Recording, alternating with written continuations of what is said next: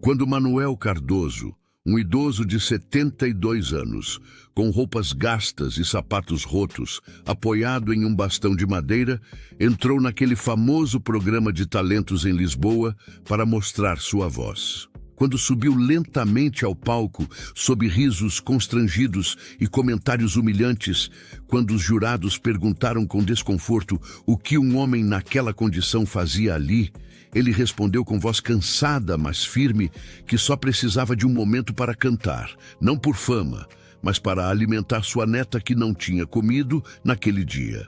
Quando questionado sobre onde a menina estava, ele a chamou ao palco e surgiu Sofia, uma criança de apenas 6 anos, com roupas simples e uma boneca velha nas mãos. O teatro mergulhou em silêncio quando ele a abraçou e revelou que era tudo o que lhe restava desde a morte de sua filha.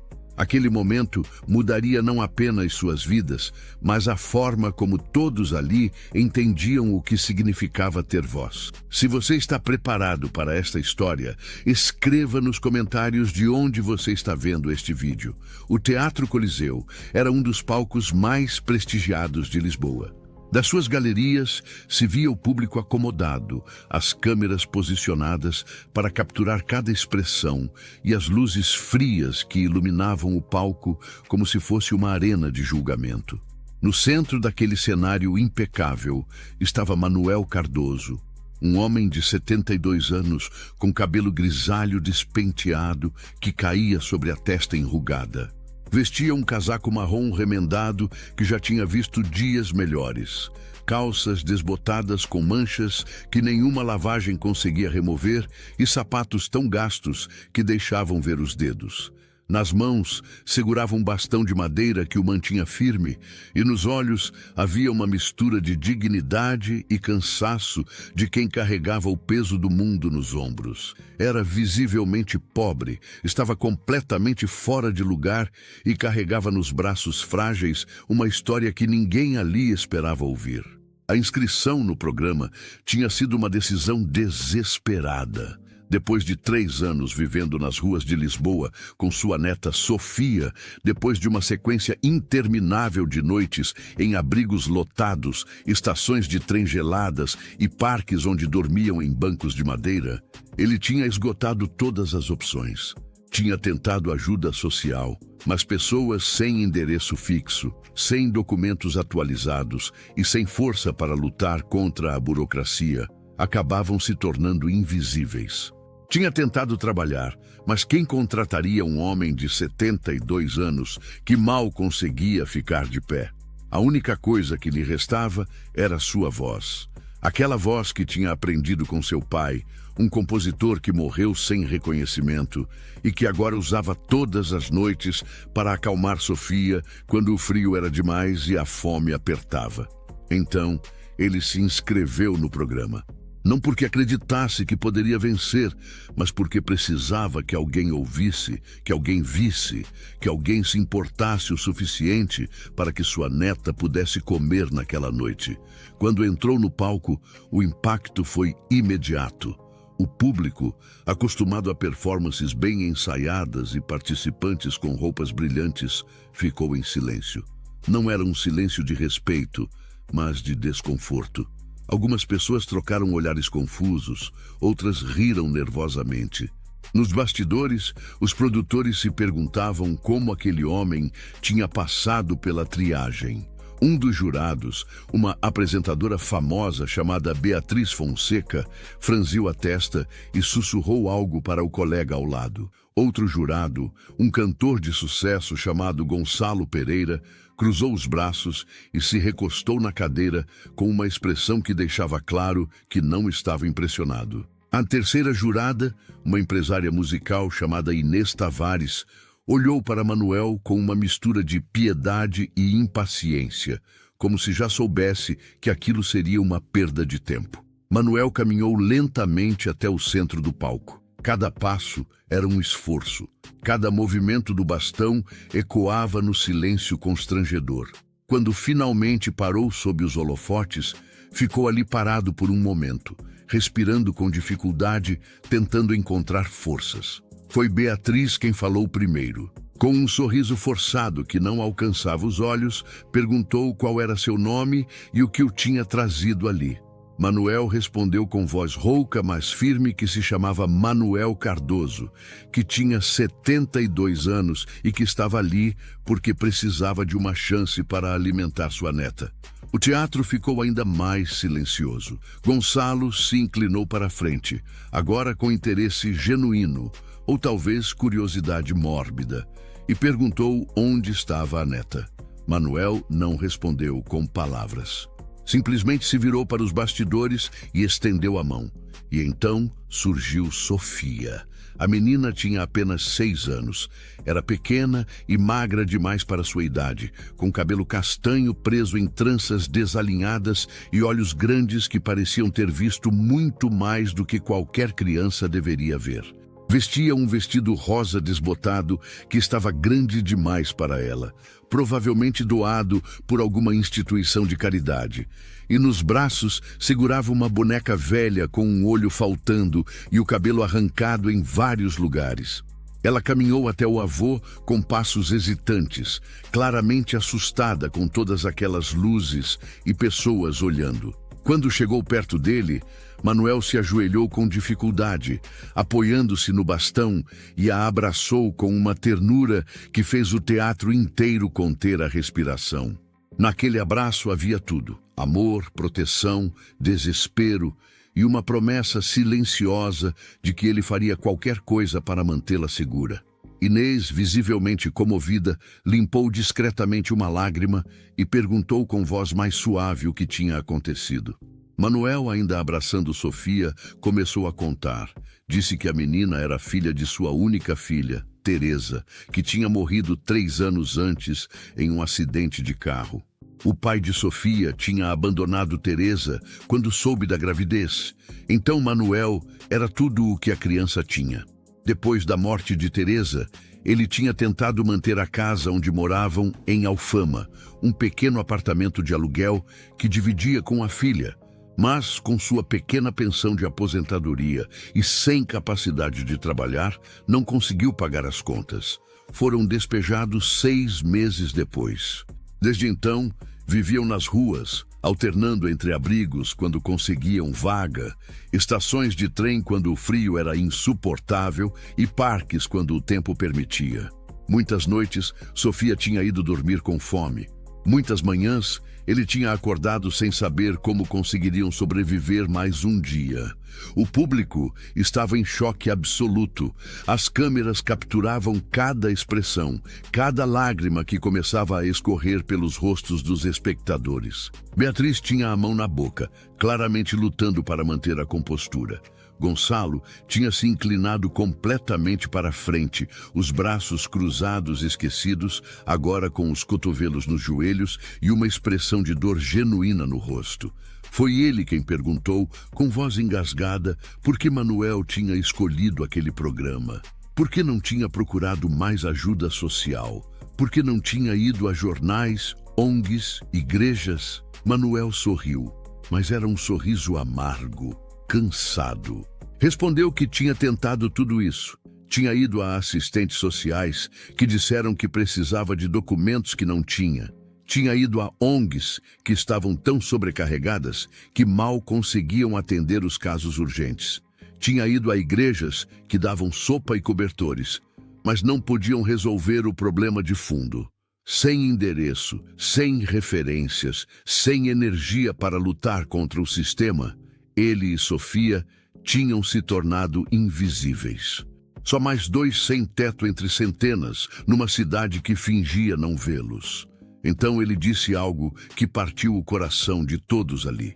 Disse que a única coisa que sabia fazer, a única coisa que ainda tinha valor, era cantar. Todas as noites, quando Sofia tinha medo, quando chorava de fome ou de frio, ele cantava para ela. Cantava as mesmas canções que seu pai compositor tinha criado, as mesmas melodias que o tinham embalado na infância. E por alguns minutos, enquanto cantava, Sofia esquecia onde estava. Esquecia que dormia em bancos de parque, esquecia que não tinha comido. Ela apenas fechava os olhos e sorria, e aqueles minutos eram tudo o que ele tinha para oferecer. Então pensou que talvez, apenas talvez, se cantasse naquele palco, alguém veria, alguém ouviria, alguém se importaria o suficiente para que sua neta pudesse ter uma refeição, um lugar seguro, uma chance de ser criança novamente. O teatro estava em silêncio total. Não era mais o silêncio constrangedor do início, mas um silêncio reverente, pesado de emoção. Inês limpou outra lágrima e com voz trêmula disse que ele poderia cantar. Não havia mais dúvidas, não havia mais julgamentos. Apenas a necessidade urgente de ouvir aquela voz que tinha sido o único consolo de uma criança abandonada pelo mundo. Manuel assentiu agradecido. Pediu a Sofia que se sentasse no chão perto dele, onde pudesse vê-la. A menina obedeceu, sentando-se com as pernas cruzadas e abraçando sua boneca velha, olhando para o avô com aqueles olhos grandes cheios de confiança absoluta. Então Manuel fechou os olhos, respirou fundo e começou a cantar. Não havia música de fundo. Não havia arranjos elaborados ou efeitos especiais. Apenas sua voz, rouca e frágil, marcada pela idade e pelo sofrimento, mas carregada de uma verdade tão profunda que era impossível não sentir. Cantava uma canção antiga, uma melodia simples sobre amor e perda, sobre esperança em tempos difíceis. Sua voz tremia em algumas notas, falhava em outras, mas cada imperfeição tornava a apresentação mais real, mais humana, mais devastadoramente honesta. Ele não estava performando, estava confessando, estava derramando sua alma em cada palavra. Cada nota era uma súplica silenciosa por ajuda, por compaixão, por uma chance. O público começou a chorar abertamente. Mulheres cobriam o rosto com as mãos, soluçando. Homens limpavam lágrimas que escorriam sem controle. Nas primeiras filas, uma senhora idosa chorava tanto que sua filha teve que abraçá-la. Os jurados não estavam melhores. Beatriz tinha desistido completamente de manter a compostura. Lágrimas escorriam livremente pelo rosto perfeitamente maquiado. Gonçalo tinha a cabeça baixa, os ombros tremendo com soluços silenciosos que ele tentava controlar. Inês simplesmente chorava, sem se importar com as câmeras ou com sua imagem pública, completamente tomada pela emoção daquele momento. Mas a reação mais importante vinha de Sofia. A menina, sentada no chão com sua boneca velha, reconhecia aquela canção. Era a mesma que o avô cantava todas as noites para afastar seus medos, para fazer o frio parecer menos intenso, para transformar bancos de parque em berços seguros. Ela fechou os olhos e começou a balançar suavemente, embalada pela voz familiar, e pela primeira vez em muito tempo, sorriu. Um sorriso pequeno e tímido, mas genuíno. E todos que viram aquele sorriso entenderam que não estavam assistindo a uma apresentação. Estavam testemunhando amor na sua forma mais pura. Quando a última nota se dissipou no ar, o silêncio durou apenas 1 segundo. Então, o teatro inteiro explodiu em aplausos, mas não eram os aplausos educados de costume. Eram aplausos lentos, pesados, carregados de emoção. Um por um, os espectadores se levantaram. Primeiro a senhora idosa da primeira fila, depois sua filha, depois toda a fileira, e em segundos o teatro inteiro estava de pé.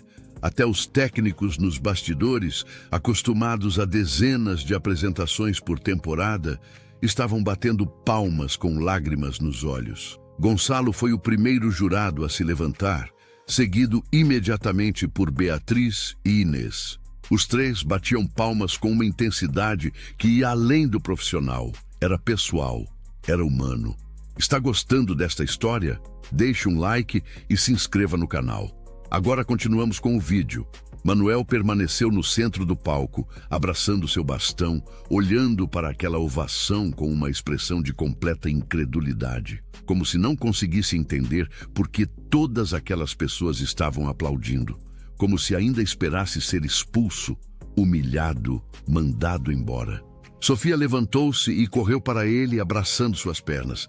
Ele a pegou no colo com dificuldade e juntos ficaram ali, avô e neta, unidos contra o mundo, enquanto o teatro continuava aplaudindo.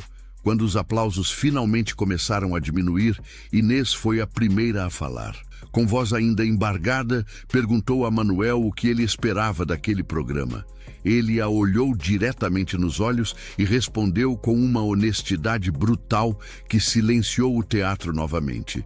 Disse que não esperava ganhar. Não esperava fama ou reconhecimento. Só esperava que sua neta pudesse comer naquela noite. E, se possível, também amanhã. Talvez depois de amanhã. Apenas isso. Comida, segurança básica. O mínimo que uma criança de 6 anos deveria ter por direito. Beatriz então fez uma pergunta que mudaria tudo. Observou que, apesar da idade, apesar do cansaço, havia algo na forma como Manuel cantava que revelava formação musical. Não era apenas talento natural, era técnica, conhecimento, anos de prática. De onde vinha aquilo? Manuel hesitou. Claramente não queria falar sobre isso, mas sob o olhar insistente dos 3 jurados, finalmente cedeu. Disse que seu pai, Antônio Cardoso, tinha sido compositor. Um homem talentoso que tinha criado algumas das canções mais tocadas nas rádios portuguesas nos anos 60 e 70. Mas Antônio nunca tinha assinado suas obras.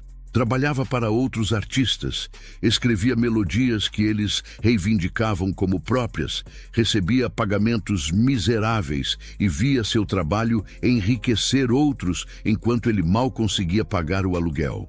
O impacto dessa revelação foi devastador. Gonçalo, que era cantor profissional, imediatamente perguntou quais canções. Manuel, com voz baixa, começou a listar títulos. Canções que todos no teatro conheciam. Canções que tinham tocado em casamentos e festas. Canções que faziam parte da memória coletiva portuguesa. O público começou a murmurar, chocado. Beatriz cobriu a boca novamente, desta vez não de emoção, mas de choque puro. Inês balançou a cabeça, incrédula. Como era possível que o filho do homem que tinha criado aquelas obras-primas estivesse vivendo nas ruas? Manuel continuou sua história. Disse que seu pai tinha morrido aos 65 anos, pobre e amargo, acreditando que tinha falhado, acreditando que seu talento não tinha valido nada. Manuel tinha tentado seguir seus passos. Tinha estudado música quando jovem, mas depois de ver o destino do pai, tinha desistido. Tinha trabalhado em empregos comuns, tinha construído uma vida simples, mas digna.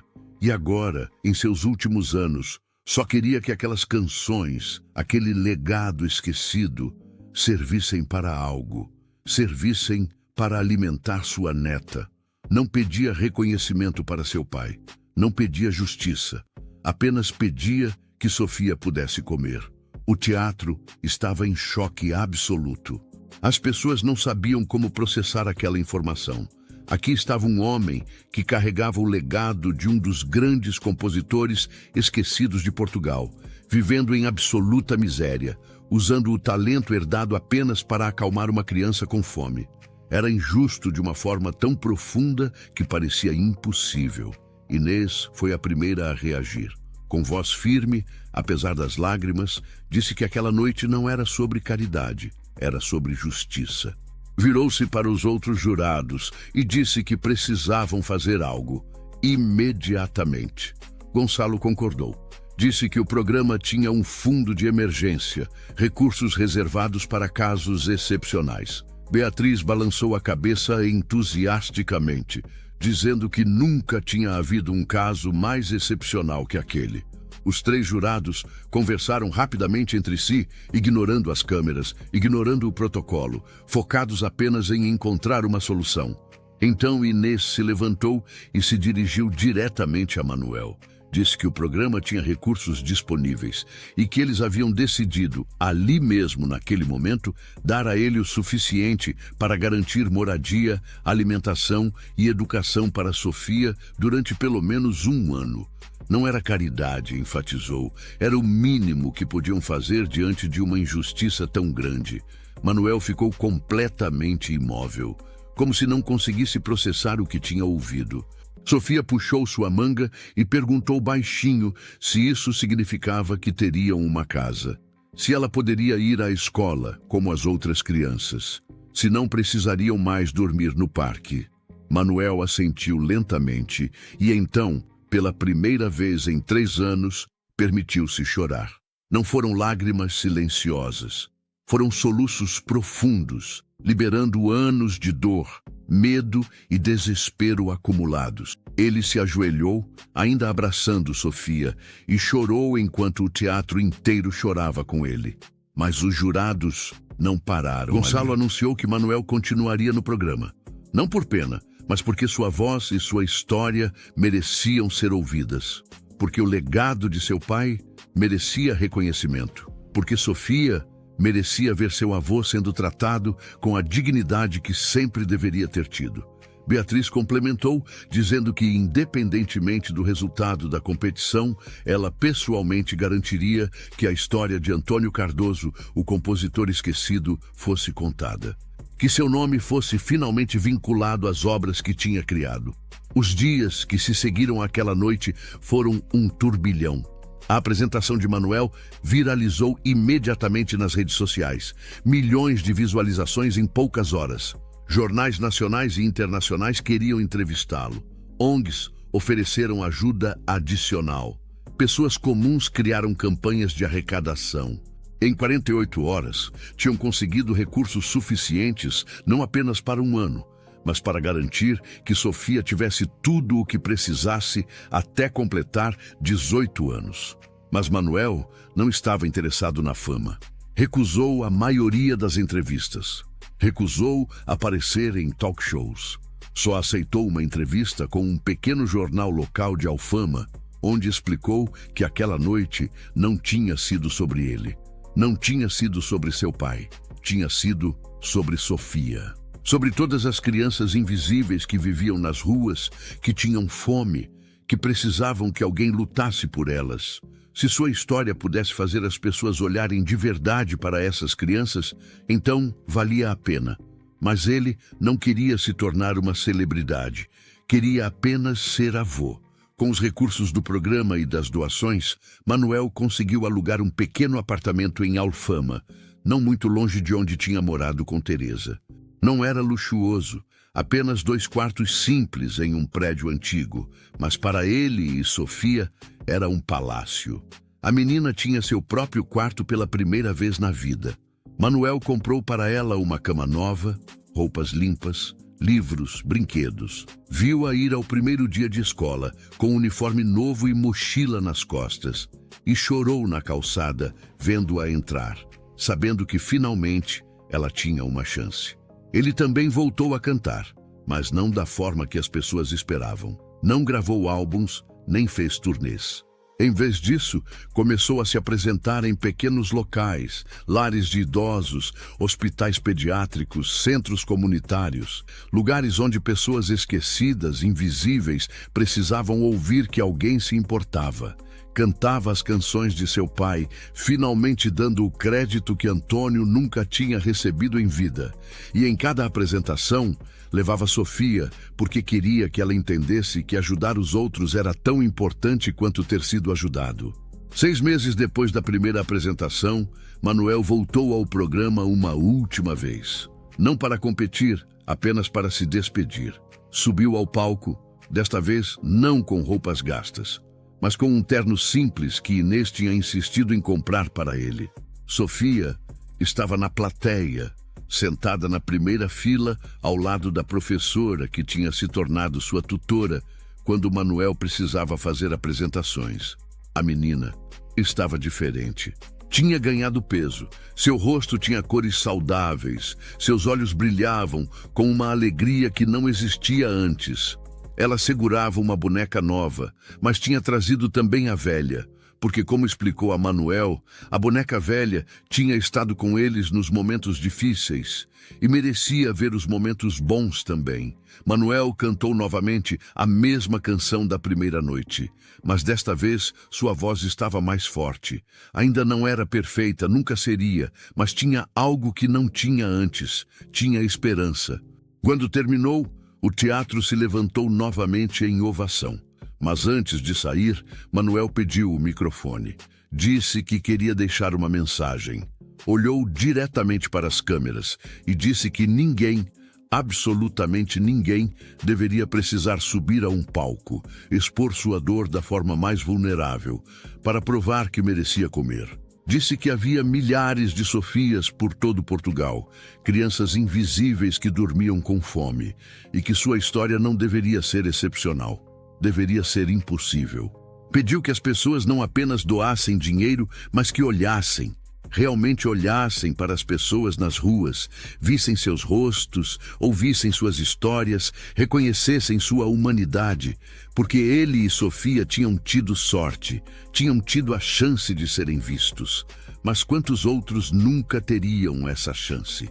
Quantos outros morreriam invisíveis, esquecidos, acreditando que não importavam? Sua voz falhou no final, emoção tornando difícil falar, mas a mensagem tinha sido entregue. E o silêncio que seguiu suas palavras foi mais poderoso que qualquer aplauso. Um ano depois daquela primeira noite no Teatro Coliseu, Manuel completou 73 anos. Sofia, agora com 7 anos, organizou uma pequena festa de aniversário em seu apartamento. Convidou a professora, alguns colegas de escola que tinham se tornado amigos e os 3 jurados que tinham mudado suas vidas. Beatriz trouxe um bolo enorme. Gonçalo trouxe presentes demais para uma criança, incluindo um teclado musical para que Sofia pudesse aprender se quisesse.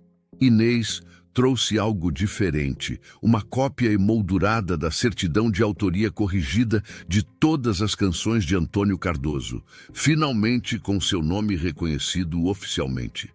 Manuel segurou aquela moldura com mãos trêmulas. Olhou para o nome do pai, finalmente visível, finalmente reconhecido, e sentiu que talvez Antônio pudesse descansar em paz agora. Talvez soubesse, onde quer que estivesse, que seu talento não tinha sido em vão, que tinha deixado um legado, que tinha importado. Sofia, vendo o avô chorar, o abraçou e disse algo que ele nunca esqueceria. Disse que quando crescesse, queria ser como ele. Não famosa ou rica, mas alguém que usava sua voz para ajudar pessoas que ninguém mais via. Naquela noite, depois que todos foram embora, Manuel e Sofia sentaram-se na pequena varanda do apartamento. Olharam as luzes de Lisboa espalhadas pela cidade, as mesmas luzes que costumavam vê-los dormir em bancos de parque e estações de trem. Mas agora, viam aquelas luzes de dentro de uma casa, de um lugar seguro, de um lar.